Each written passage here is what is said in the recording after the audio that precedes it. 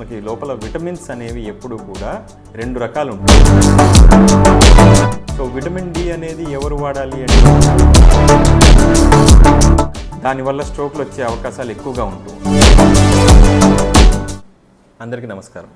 నేను doctor Arun Kumar, spine surgeon, Reva spine centre, Visakhapatnam. ఈ వీడియోలో ఈరోజు చెప్పాలనుకుంది విటమిన్ డి అనేది ఎవరు వాడాలి, ఎప్పుడు వాడాలి, ఎంతకాలం వాడాలి. సో మామూలు బేసిక్ కాన్సెప్ట్కి వస్తే మనకి లోపల విటమిన్స్ అనేవి ఎప్పుడు కూడా 2 రకాలు ఉంటూ ఉంటాయి. ఒకటి water soluble vitamins, 2 fat soluble vitamins. Water soluble అంటే మనకు నీళ్ళల్లో వేస్తే విటమిన్ అంతా కూడా కరిగిపోయే విటమిన్స్, అంటే విటమిన్ బి కాంప్లెక్స్ కానీ విటమిన్ సి కానీ, ఇవి 2 కూడా వాటర్లో కరిగిపోతాయి. ఫ్యాట్ సాల్యుబుల్ విటమిన్స్ అంటే వాటర్లో కరగవు. అలాంటి విటమిన్స్ ఏంటి అంటే vitamin A, vitamin D, vitamin E, vitamin K. మనకి వాటర్ సాల్యుబుల్ విటమిన్స్ అనేవి మనం ఎన్ని వేసుకున్నా ఎన్ని వాడినా ఇబ్బంది అసలు ఎప్పుడూ కూడా రాదు. ఎందుకు అంటే అది లోపల కరిగిపోయి అంతా కూడా యూరిన్లోకి వెళ్ళిపోతుంది. ఎక్కువ అమౌంట్ ఏదైతే లోపల ఉంటుందో అదంతా కూడా యూరిన్లోంచి వెళ్ళిపోతూ ఉంటుంది. కావాల్సిన అమౌంట్ వరకే బాడీలో ఎప్పుడు కూడా ఉంటూ ఉంటుంది. సో విటమిన్ బి కాంప్లెక్స్లు ఎక్కువ వాడినా, విటమిన్ సి ఎక్కువ వాడినా ఇబ్బంది ఎప్పుడు కూడా పెద్దగా ఎప్పుడూ రాదు. కానీ విటమిన్ డి అనేది వాటర్ సాల్యుబుల్ విటమిన్ కాదు కాబట్టి ఎక్కువ మోతాదులో వాడితే గనక బాడీలో ఉండిపోతుంది. దానివల్ల విటమిన్ డి టాక్సిసిటీ వచ్చే అవకాశాలు ఉంటూ ఉంటాయి. కాబట్టి విటమిన్ డి అనేది చాలా జాగ్రత్తగా వాడాల్సిన అవసరం ఉంటుంది. అండ్ అందరూ కూడా రెగ్యులర్గా వాడాల్సిన అవసరం కూడా లేదు.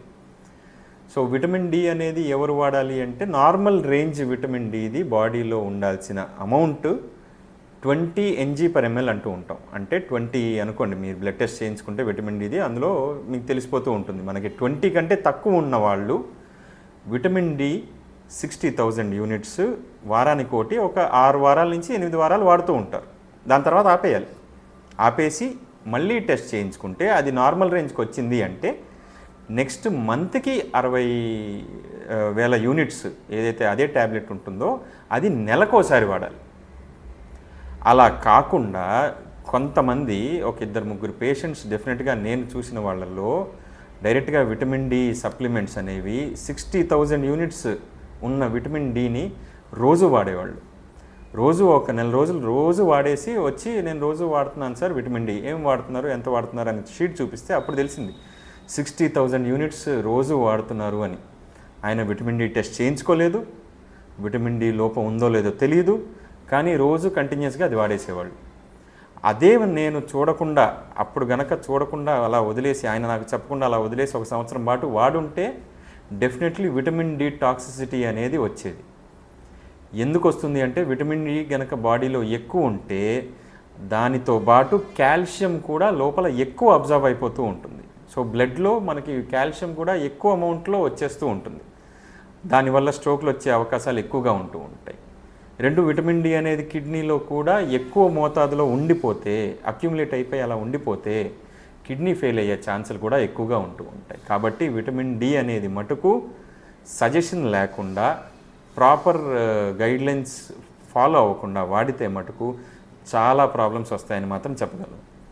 అందుకనే విటమిన్ డి అనేది టెస్ట్లో గనక మనకి తక్కువగా ఉంది అనుకుంటే ఒక 6 వారాల నుంచి 8 వారాలు వారానికి ఒక ట్యాబ్లెట్ చప్పున 60,000 యూనిట్స్ మాత్రం వారానికి ఒక ట్యాబ్లెట్ చప్పున 6 వారాలు కానీ 8 వారాలు కానీ వాడేసి ఆపేయాలి.